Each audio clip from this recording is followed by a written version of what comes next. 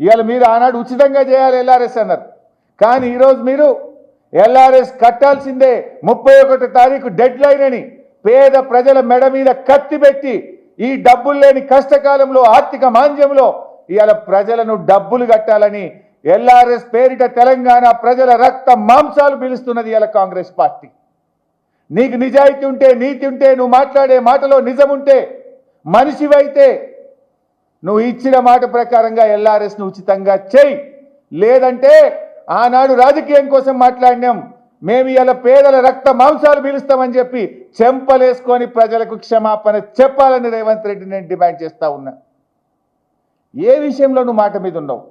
Pharma city ఇవాళ ఏదో 4th city అని గొప్పగా మాట్లాడుతున్నావు. నీ ఫార్మాసిటీ ఆ రోజు ఏం చెప్పినావు? పాదయాత్రలు చేసిండ్రు వీళ్ళు. సీతక్క గారు, బట్టి విక్రమార్క గారు, ఉత్తమ్ కుమార్ రెడ్డి గారు ఈ ఫార్మాసిటీ ప్రాంతంలో పాదయాత్ర చేసి కేసీఆర్ గారు మీ భూములు లాక్కుంటున్నాడు, ఫార్మాసిటీ వద్దు, కాంగ్రెస్ అధికారంలోకి వస్తే మీ భూములు మీకు వాపసు ఇస్తామని మాట్లాడింది కదా. వీడియోలు చూపించమంటారా? రెడీగా ఉన్నాయి. సీతక్క ఏం మాట్లాడింది, ఉత్తమ్ కుమార్ రెడ్డి ఏం మాట్లాడిండు, వీడియోలు రెడీగా ఉన్నాయి మా దగ్గర. ఆ రోజేమో కాంగ్రెస్ అధికారంలోకి వస్తే మీ భూములు మీకు వాపసు ఇస్తామన్నారు. కానీ ఇవాళ ఏమంటుండ్రు? ఇవాళ పొద్దున్నే ఒక పేపర్లో నోటిఫికేషన్ చూసిన, కేసీఆర్ గారు ఆ రోజు 15,000 ఎకరాలు ఫార్మాసిటీ కోసం సేకరిస్తే ఇంకా 15,000 ఎకరాలు సేకరిస్తారట. నోరా మోరా మీది? భూములు వాపసు ఇస్తామన్న మీరు మరో 15,000 ఎకరాల భూమి సేకరిస్తాము అని చెప్తే మీకేమన్నా కొద్దిగానే ఉన్నదా? నేను అడుగుతా ఉన్నా. నిజంగా మీరు మాట మీద నిలబెట్టేవాళ్ళు అయితే, ప్రజలకు ఇచ్చిన హామీ నిలుపుకునేటోళ్ళు అయితే ఫార్మాసిటీ భూములు తిరిగి వాపసు ఇయ్యద్దా? దాని మీద డ్రామా. హైకోర్టులోనేమో ఫార్మాసిటీ కొనసాగుతుందని అఫిడవిట్ వేస్తారు, అసెంబ్లీలోనేమో 4th సిటీ అంటారు. ఎక్కడి 4th సిటీ? ఎవరా భూమి సేకరించిండ్రు? వేల కోట్ల రూపాయలు రైతులకిచ్చి 15,000-16,000 ఎకరాలు కేసీఆర్ గారు భూమి సేకరించి ఇక్కడ జీరో లిక్విడ్ డిశ్చార్జ్తో కాలుష్య రహిత ఫార్మా ఇండస్ట్రీని పెడితే ఓ 5-6 లక్షల మంది పిల్లలకు ఉద్యోగాలు వస్తాయని చెప్పి కేసీఆర్ గారు ఆశించింది. నువ్వేమో ఇప్పుడు ఆ ఫార్మాసిటీ పెట్టకుండా రియల్ ఎస్టేట్ వ్యాపారం చేస్తున్నావు. ఆ భూములు అమ్ముకొని ప్రభుత్వానికి ఆదాయం తెచ్చుకునే ప్రయత్నం చేస్తున్నావు. కేసీఆర్ ఏమో యువకుల కోసం, నిరుద్యోగతుల కోసం ఉద్యోగాలు రావాలి, ఈ రాష్ట్రం అభివృద్ధి జరగాలి, ఈ రాష్ట్రంలో ఆదాయం పెరగాలి, జీఎస్టీ పెరగాలని కేసీఆర్ ఆలోచిస్తే నువ్వు దాన్ని రద్దు చేసి 4th సిటీ పేరు మీద నీ భూముల విలువ పెంచుకోవడానికి నువ్వు రియల్ ఎస్టేట్ వ్యాపారం చేసే ప్రయత్నం చేస్తున్నావు. రేవంత్ రెడ్డి చీమునెత్తునుంటే, మాట మీద ఉండేటైతే ఆనాడు కాంగ్రెస్ పార్టీ ఫార్మాసిటీ భూములు వాపసు ఇస్తామన్నారు. అయితే భూములు వాపసు ఇవ్వండి, లేదా ఫార్మాసిటీ పెట్టి నిరుద్యోగ యువతకు ఉద్యోగాలు వచ్చేటట్టు చేయి. ఇది అబద్ధం కాదా?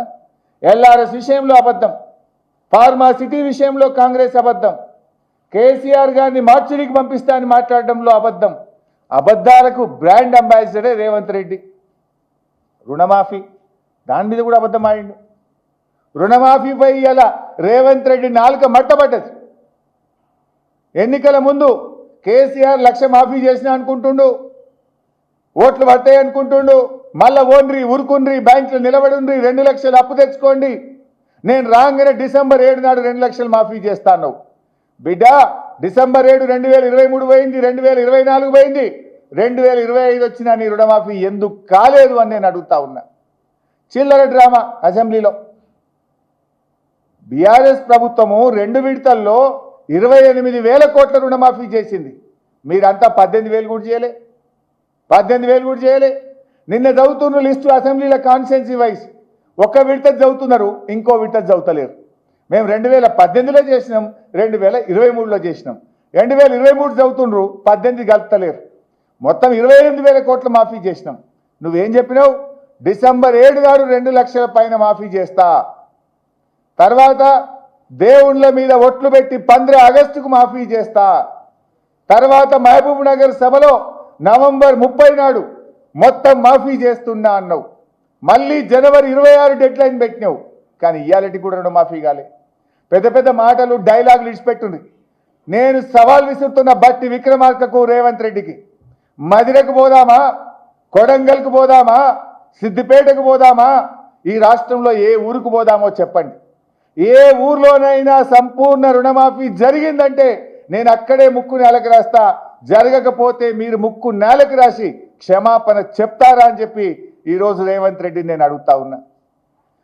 ఇలా రుణమాఫీ విషయంలో నాలుక మట్టబడ్డది. ఇదే రేవంత్ రెడ్డి ఏమన్నాడు, 2 లక్షల పైన వాళ్ళు డబ్బులు కట్టుండ్రి మీకు కూడా మాఫీ చేస్తా అన్నాడు. నువ్వు ముఖ్యమంత్రివి, నీ మాట నమ్మి డబ్బులు కట్టిన పాపానికి ఇవాళటికి రుణమాఫీ అయితలేదు. 2 రూపాయలు 3 రూపాయల మిత్తికి తెచ్చి కట్టిండ్రు. కొత్త అప్పులైనవి తప్ప ఇవాళ వాళ్ళ రుణమాఫీ ఎప్పుడు చేస్తావో దానికి ఒక సమాధానం లేదు ప్రభుత్వం నుంచి. అడుగుతా ఉన్నా, ఎప్పటిలోగా సంపూర్ణమైన రుణమాఫీ చేస్తారు? ఇవాళ మొత్తం రుణమాఫీ చేయాలంటే 49,500 కోట్లు కావాలి. నువ్వు చెప్పింది 31,000 చేస్తా అన్నావు, కానీ చేసింది 16-18 చేసినావు. పావుల 30 పైసలే చేసినావు. ఇంకా ఆటాన బారాన మంది మిగిలే ఉన్నారు ఊళ్ళల్లో. అది ఎప్పుడు చేస్తావో చెప్పాలి. నువ్వు నిజంగా చేసినా అంటే ఏ ఊరికి పోదామో చెప్పు, ఎప్పుడు పోదామో చెప్పు, నేను మాట్లాడడానికి మీ వెంట రావడానికి సిద్ధంగా ఉన్నాం. పోదాంపా, గన్మెన్లు లేకుండా, సెక్యూరిటీ లేకుండా ఈ రాష్ట్రంలో ఏ ఊరికి పోదామప్పా, పోయి అడుగుదాంపా. ఆ కచేరీ కాడ కూర్చొని రుణమాఫీ అయిందా కాలేదా ఏ ఊర్లో పోయి అడుగుదాం. నువ్వు రెడీగా ఉన్నావా? నిజంగా నువ్వు చేసింది నిజమైతే, రుణమాఫీ జరిగిందని నువ్వు నమ్మితే ఎందుకు భయపడుతున్నావు? పోదాంపా, ఏ ఊరికి పోదాం. నువ్వు రావట్లేదంటే నువ్వు రుణమాఫీ చేయనట్టు, రైతుల్ని మోసం చేసినట్టు. నువ్వు చేసినోడివైతే పోదాం, కొడంగల్ నీ కాన్స్టిట్యున్సీలో ఏ ఊరికి పోదామో పోదాంపా అంటే నువ్వు చేయలే, మోసం చేసిన రుణమాఫీ విషయంలో కూడా. నిన్న ఆయన మాట్లాడు ఎంత చిల్లరగా మాట్లాడినరు రేవంత్ రెడ్డి గారు, మీరు చూశారు. బీజేపీతో కుమ్మక్కు రాజకీయాలు. నిన్న జరిగిన చర్చ ఏంది? గవర్నర్కు ధన్యవాదాలు తెలిపే తీర్మానం. కానీ నిన్న రేవంత్ రెడ్డి ప్రసంగం చూస్తే ఏం కనబడుతుందంటే మోడీ గారిని ప్రసన్నం చేసుకోవడానికి ఆయన తాపత్రయపడ్డట్టు కనబడుతున్నది. మోడీ గారు మెప్పు పొందడానికి ఉపన్యాసం ఇచ్చినట్టు కనబడ్డది. కాంగ్రెస్ ముసుగులో ఉన్న బీజేపీ మనిషి రేవంత్ రెడ్డి అని నిన్న తేట తెల్లమైపోయింది. ఇవాళ రేవంత్ రెడ్డి చెప్పడమే కాదు, బీజేపీ ఎమ్మెల్యే లేచి కూడా చెప్పిండు కదా, ఇవాళ రేవంత్ రెడ్డి మంచిగా మాట్లాడి మా బీజేపీని మంచిగా మెచ్చుకున్నాడు, మోడీని మంచిగా మెచ్చుకున్నాడు, మావాడు మంచివాడు అన్నాడు. ఇక ఇక రేవంత్ రెడ్డి ఏమో మోడీ అచ్చాహే అంటాడు, బీజేపీ అయినేమో రేవంత్ రెడ్డి అచ్చాహే అంటాడు. వీళ్ళ మైత్రి బయటపడ్డది నిన్న కుల్లా రాష్ట్ర ప్రజలకు అర్థమైపోయింది. ఇప్పుడు గతంలో మన రాహుల్ గాంధీ గారు ఒక మాట అనేవారు, చౌకీదార్ చోర్ హై అని రాహుల్ గాంధీ అంటుండే. ఇవాళ రేవంత్ రెడ్డి ఏమంటుండు, చౌకీదార్ మేరా బడే బాయి హై అంటుండు. మరి ఇప్పుడు రాహుల్ గాంధీ చెప్పింది నిజమా, రేవంత్ రెడ్డి గారు చెప్పింది నిజమా? రేవంత్ రెడ్డి గారు మాట్లాడుతూ మోడీ గారు చాలా మంచోడు, కిషన్ రెడ్డి చెడ్డోడు అంటుండు. మరి రాహుల్ గాంధీ పొద్దుగా లేస్తే ఏమంటాడు, మోడీ చెడ్డోడు అని రాహుల్ గాంధీ అంటుండు. రేవంత్ రెడ్డి ఏమో మోడీ మంచోడు అని రేవంత్ రెడ్డి అంటుండు. అంటే ఇప్పుడు రేవంత్ రెడ్డి గారు మీరు మోడీ గారు మంచోడు అంటే రాహుల్ గాంధీ చెడ్డోడు అన్నట్టే కదా. నువ్వు ఏం చెప్పదలుచుకున్నావు నేను అడుగుతా ఉన్నా.